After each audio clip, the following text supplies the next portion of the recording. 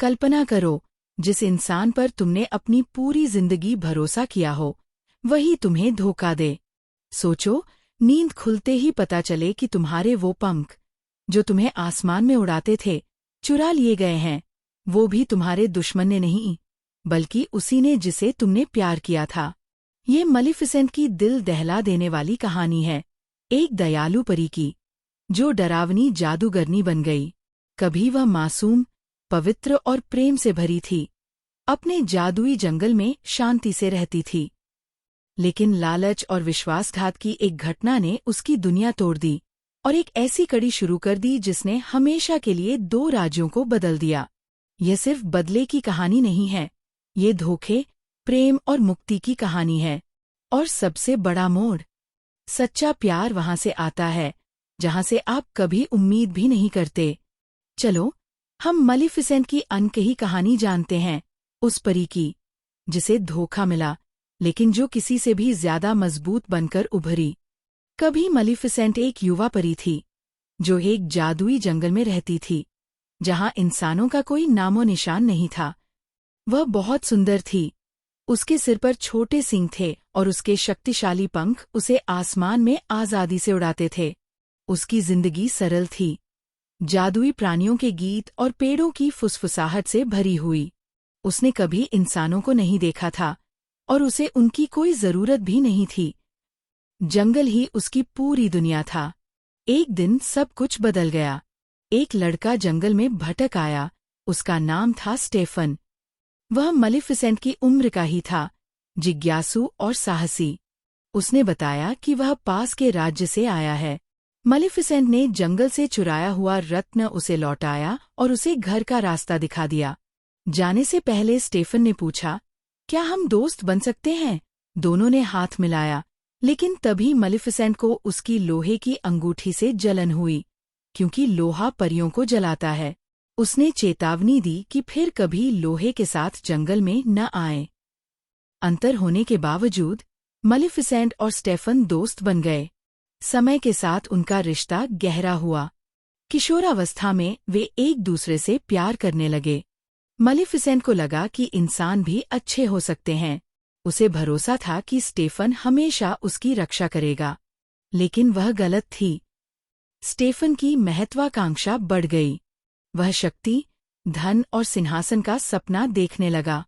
जब राजा ने घोषणा की कि जो भी मलिफिसेंट को हरा देगा, वह उसकी बेटी से शादी करेगा और राज्य का उत्तराधिकारी बनेगा, तब स्टेफन ने इसे प्यार नहीं, बल्कि ताकत पाने का मौका समझा।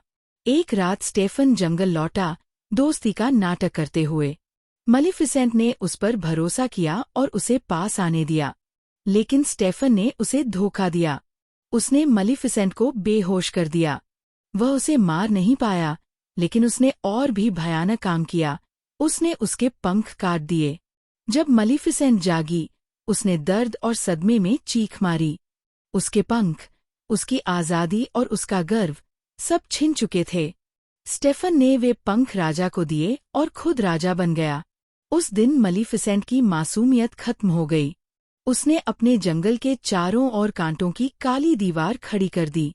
अब वह वही मीठी परी नहीं रही, अब वह मलिफिसेंट थी, जंगल की डरावनी रक्षक। लेकिन स्टेफन का धोखा ही उसकी कहानी का अंत नहीं था। सालों बाद, जब स्टेफन की बेटी ऑरोरा पैदा हुई, तो मलिफिसेंट ने बदला लेने का मौका देखा। उसने शिशु ऑरोरा को श्राप दिया। उसके 16वें जन्मदिन पर वह चरखे की सुई चुभाकर गहरी नींद में चली जाएगी। और केवल सच्चे प्यार का चुंबन ही इस श्राप को तोड़ पाएगा।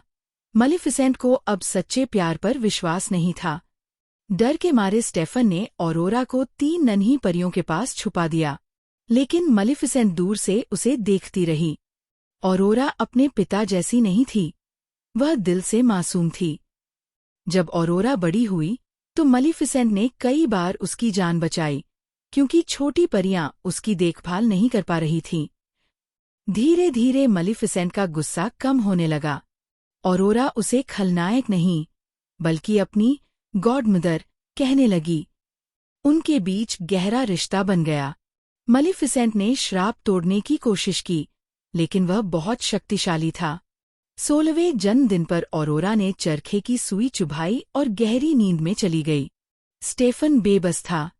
मलिफिसेंट एक युवा राजकुमार को ऑरोरा के पास लाती है, यह सोचकर कि उसका चुंबन श्राप तोड़ेगा। लेकिन कुछ नहीं होता। सच्चा प्यार राजकुमार का नहीं था। असल में मलिफिसेंट ही ऑरोरा से सच्चा प्यार करती थी। आंसू बहाते हुए उसने ऑरोरा के माथे को चूमा और फुसफुसाई, मैं तुमसे प्यार करती हूँ। तभी ऑरोरा जाग गई। सच्चा प्यार मिल गया, लेकिन वह रोमांटिक नहीं था, बल्कि माँ जैसे प्रेम का था। स्टेफन अब भी नफरत में डूबा था। उसने मलिफिसेंट को मारने के लिए जाल बिछाया, लेकिन ऑरोरा की मदद से मलिफिसेंट को उसके पंख वापस मिल गए। अंतिम युद्ध में स्टेफन अपनी लालच की वजह से खुद मारा गया। मलिफिसेंट ने बदला छोड़ दिया और जंगल से अंधेरी दीवार हटा दी। उसने ऑरोरा को रानी बनाया और मानव व जादुई दुनिया को एक कर दिया। लेकिन कहानी यहीं खत्म नहीं हुई। कुछ सालों बाद इंसानों ने फिर से मलिफिसेंट के जंगल पर हमला किया। ऑरोरा, जो अब एक युवा रानी थी, प्रिंस फिलिप से सगाई कर चुकी थी। फिलिप के माता-पिता, राजा और रानी, ने ऑरोरा और मलिफिसेंट को दावत पर बुलाया, लेकिन रानी गुप्त रूप से मलिफिसेंट से नफरत करती थी। दावत के दौरान उसने मलिफिसेंट को उकसाया और पुराने श्रापों की याद दिलाई। अचानक राजा गिर पड़ा। वह रानी की चाल थी। इसका दोष मलिफिसेंट पर डाल दिया गया। दुखी और धोखा खाई मलिफिसेंट वहां से भागी, लेकिन उस पर लोहे का घातक वार हुआ। वह बच गई, क्योंकि छिपी हुई अंधेरी परियों ने उसे बचा लिया और उसकी असली पहचान बताई। वह एक प्राचीन, शक्तिशाली जाति की आखिरी परी थी। उन्होंने कहा कि अगर वह माफ करना सीख ले तो सबसे ताकतवर परी बन सकती है। इधर रानी युद्ध की तैयारी कर रही थी। उसने जादुई परियों को मारने के लिए एक घातक चमकते खूल से हथियार बनाए। ऑरोरा की शादी के दिन रानी के सैनिकों ने हमला किया और जादुई प्राणियों को कैद कर लिया। ऑरोरा को रानी की साजिश का पता चला और उसने अपने दोस्तों को बचाने की कोशिश की। उधर मलिफिसेंट अब पहले से कहीं ज्यादा शक्तिशाली होकर वापस आई। उसने ऑरोरा को बचाने के लिए अपनी जान दे दी और राख में बदल गई। लेकिन ऑरोरा के आंसू और उसका प्रेम उसे फिर से जीवित कर देते हैं और वह पहले से कहीं ज्यादा शक्तिशाली बन जाती है। दोनों ने मिलकर रानी को हराया, जिसे सजा के तौर पर बकरी बना दिया गया। दोनों राज्यों का मिलन हो गया। ऑरोरा और प्रिंस फिलिप की शादी हुई। शांति लौट आई और मलिफिसेंट अपने पंखों के साथ हमेशा ऑरोरा की रक्षा करने का वादा करके चली गई। ये है उस परी की कहानी जिसे धोखे ने तोड़ दिया, लेकिन जिसने जाना कि असली प्यार, जो जिंदगी बचाता है, वह दिल से आता है, न कि ताकत या बदले से।